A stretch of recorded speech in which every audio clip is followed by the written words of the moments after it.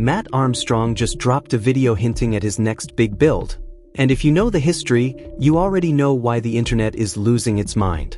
Because this isn't just about another rebuild. This is about unfinished business.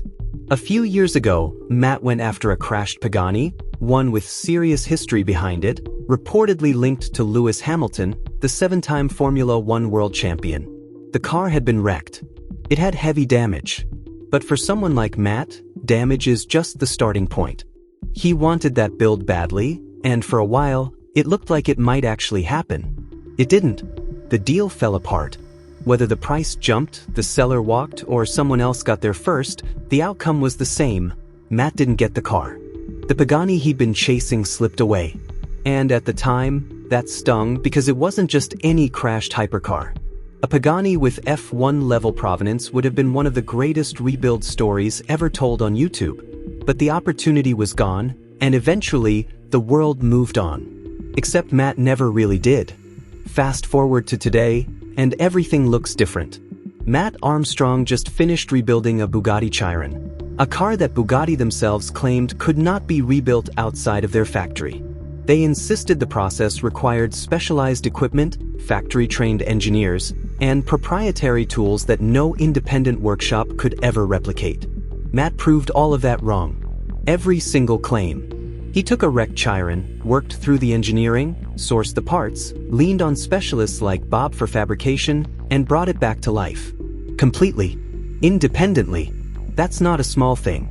That's one of the most significant independent hypercar rebuilds in automotive history. So when Matt starts hinting at Pagani, people aren't laughing it off anymore.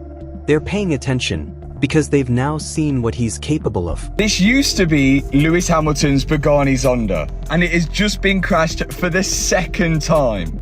The question isn't really can he do it. The question is whether the right opportunity will appear at the right time. Here's what makes a Pagani rebuild different from anything Matt has tackled before, including the Chiron. Bugatti builds cars around a complex aluminum and carbon fiber structure with a quad-turbocharged W16 engine that is, without question, one of the most intricate power plants ever put into a production car. But Pagani operates at a completely different level of obsession. Every car Pagani produces is essentially bespoke, hand-built from the ground up, with carbon fiber construction so refined and so precise that it borders on art.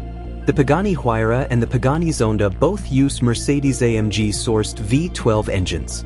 That's actually one of the few things working in Matt's favor, because Mercedes powertrain components can still be accessed through established networks, even if Pagani themselves refuse to provide any direct support. But the engine is almost the easy part. The real challenge is everything around it. Pagani's carbon fiber monocoque chassis construction is more intricate and more delicate than what you'll find in a Bugatti. The interior craftsmanship is unlike anything in the production car world. Every surface, every switch, every exposed component is hand-finished specifically for that individual car. There are no generic replacement parts. There is essentially no aftermarket support. And because Pagani produces cars in such limited numbers, sourcing what you need isn't just difficult, it can be close to impossible.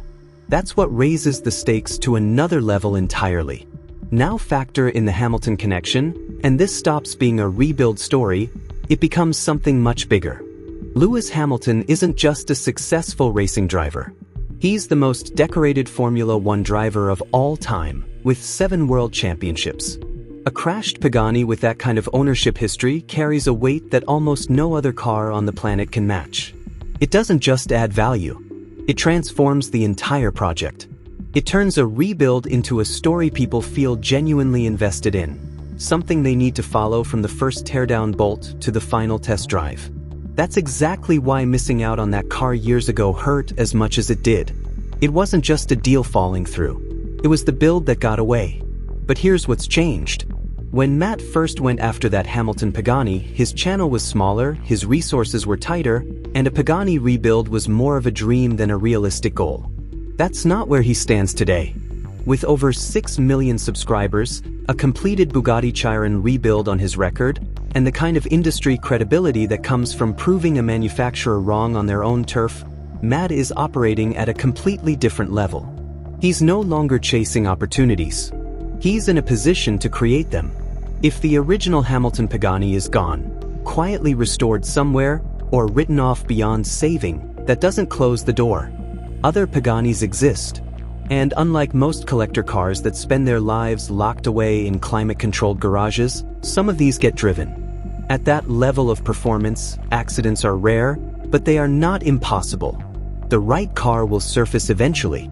And when it does, Matt now has the reach, the reputation, and the backing to actually secure it. So what's actually going on right now?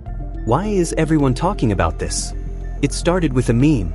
A student named Patrick reposted Matt's content with the caption, "When you genuinely have 3 missing assignments, but Matt Armstrong posts a video about rebuilding a Pagani from a dust particle." The image showed Patrick at his desk, gaming setup behind him, school work untouched, completely locked into Matt's content instead. Matt reposted it. Obviously, rebuilding a Pagani from a dust particle is the joke, a playful exaggeration of how insane Matt's builds have become. But what people noticed was the timing. If there were no Pagani plans in motion, why bring it back into the conversation at all? Why highlight that specific post, with that specific reference, unless something was already turning over in the background? When Matt starts pointing at something, it usually leads somewhere. And the procrastinating student angle actually says something real about where his audience is right now. People aren't just watching his content.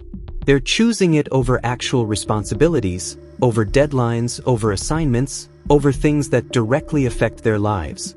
That's not casual viewership. That is genuine investment. And a Pagani build would pull that even further, because Pagani represents something that goes beyond engineering. It's obsessive craftsmanship, extreme exclusivity, a level of detail that makes watching someone disassemble one feel like seeing something you're genuinely not supposed to see. That's powerful content, and Matt knows it. Now, the honest question, does a Pagani build actually make sense right now? Because the timing isn't perfect. Matt is already running multiple high-level projects simultaneously. The Ferrari 296 isn't finished. The Chiron still needs final testing and refinement before it's truly done. The Huracan project has exhaust and cooling work still outstanding. Adding a Pagani on top of all of that isn't just another line item on the build list. That's real pressure. It risks spreading time and focus too thin, even at his level. These aren't small projects you can set down and pick back up without losing momentum. Each one demands attention, consistency, and problem-solving that you can't rush. Getting ahead of yourself on a Pagani, a car where one wrong cut in a carbon fiber panel could be catastrophic, would be a serious mistake. So there's a real argument for waiting. Finishing what's already started. Getting the Chiron to a true finish line, wrapping the 296 and the Huracan properly, and then approaching Pagani with the full focus that build deserves. But there's also a real argument for striking while the energy is there. The Chiron build created a wave. The audience momentum is real. And in content creation, that kind of energy matters. It's not something you can manufacture later on demand. Ultimately, it comes down to one thing: opportunity. The moment the right crashed Pagani hits the market at a price that makes sense, the entire conversation changes overnight. No amount of planning or scheduling matters as much as having the right car available at the right time. Matt can't control when that happens, but he can be ready when it does. Here's the bottom line. The Pagani rebuild would be the hardest thing Matt Armstrong has ever attempted. Harder than the Chiron.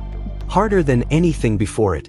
The parts situation is a nightmare. The construction demands a level of precision that pushes even the best fabricators, and a single serious mistake on a car like that is not just expensive, it could be irreversible.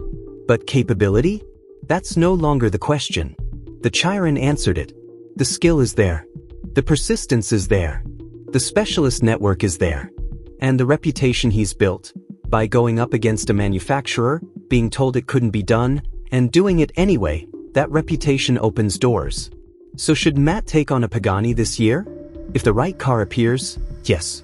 Absolutely yes. Because this has been unfinished business for years, and there's never going to be a cleaner moment to close that chapter. After what he did with the Bugatti, there is no hypercar rebuild that feels out of reach anymore. And if Matt Armstrong decides the Pagani is next, you'd better believe people will be watching. even the ones with 3 missing assignments.